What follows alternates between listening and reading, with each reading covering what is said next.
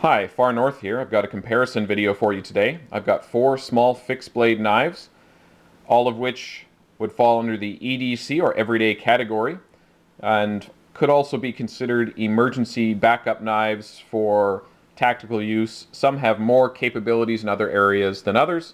Mostly what I'm going to be showing you here is just what they look like next to each other and talk a little bit about what I do and don't like about each one. I'll do a quick rundown on the specs. And you could pull most of this off the internet yourself. If I don't mention a dimension or weight, it's because I couldn't find it, don't know what it was, and I don't have anything to measure the weights myself. So in order of size, or overall length, the top's M1 subcompact. Overall length 4 3/4 inches. Blade length 2 3/8 inches. Thickness 3/16, 1095 high carbon steel. Next, Boker Perrin neck Bowie. Overall, just under 6 inches or 6 inches.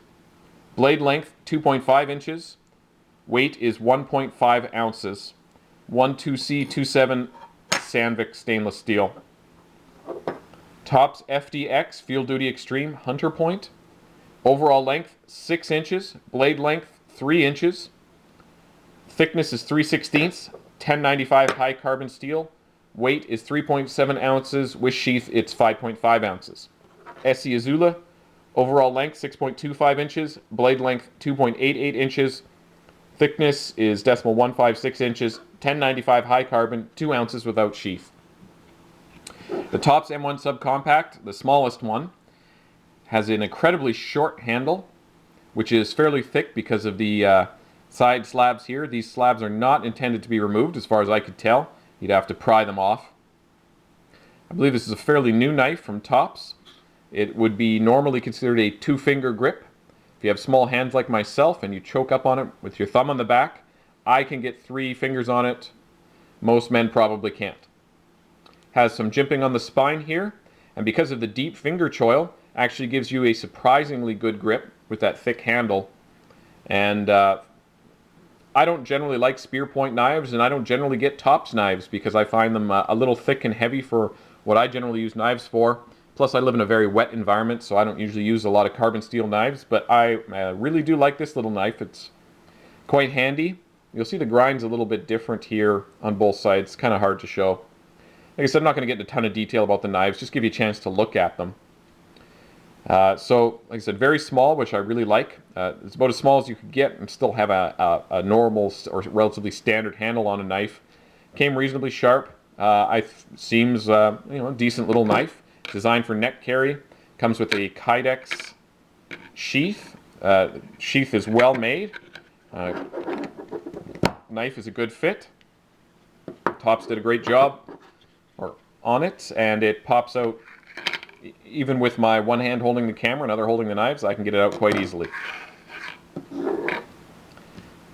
Next, one of my all-time favorites, the Perrin neck knife. Things I like about it, tons of jimping all the way up to here. Some of the best jimping I ever felt in a knife. Wicked sharp, flat ground.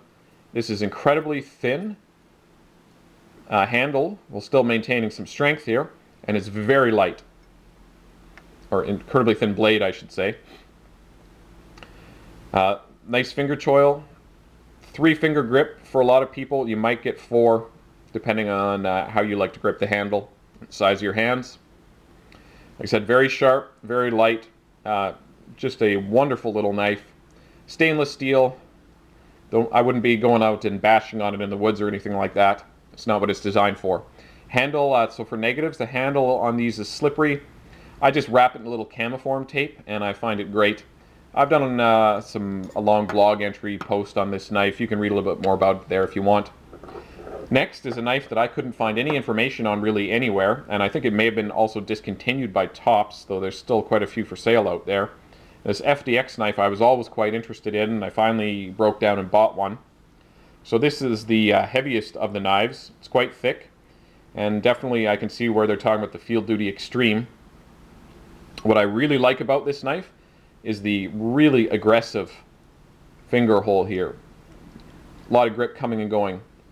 Even with a 2-finger grip, because of the shape of the handle, It sits in the palm of your hand. You get your thumb back here in the jimping, and you've really got a good grip for stabbing or cutting. Wouldn't have minded a little more jimping all the way up. I can actually get a 3-finger grip on it, almost 4, because my hands are relatively small. It also comes with, you can get micarta slabs for the side for a thicker handle.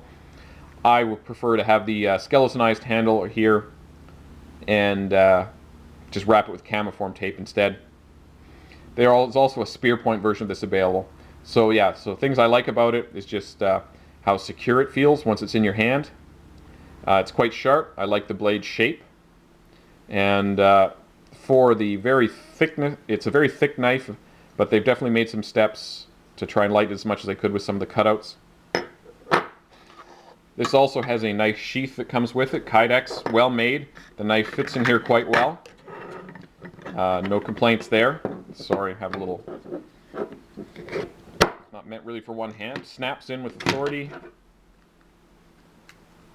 No blade play. Comes with a metal removable plastic belt clip. Perfectly good. I don't generally use these. I forgot to check though if Tech-Lock or anything else would fit. Oh, I missed the negative. Sorry to go back out of order here. For the Perrin knife, the sheaths that generally come with this thin Kydex sheath, generally don't seem to hold the knives well at all. They're kind of garbage. But I've had some custom sheaths made for them. Not a problem with this one. It's a well-made sheath, feels perfectly secure, and you can pop it off with one hand.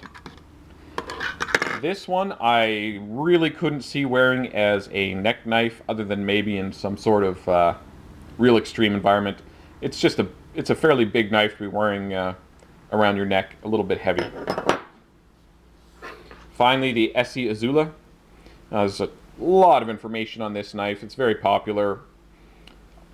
Not going to spend too much time on it. It has a skeletonized handle, which you'll see in other pictures. I've got camiform tape on it. I'm not going to bother peeling it off. This is sort of your all-around knife. It's perfectly good for a tactical knife.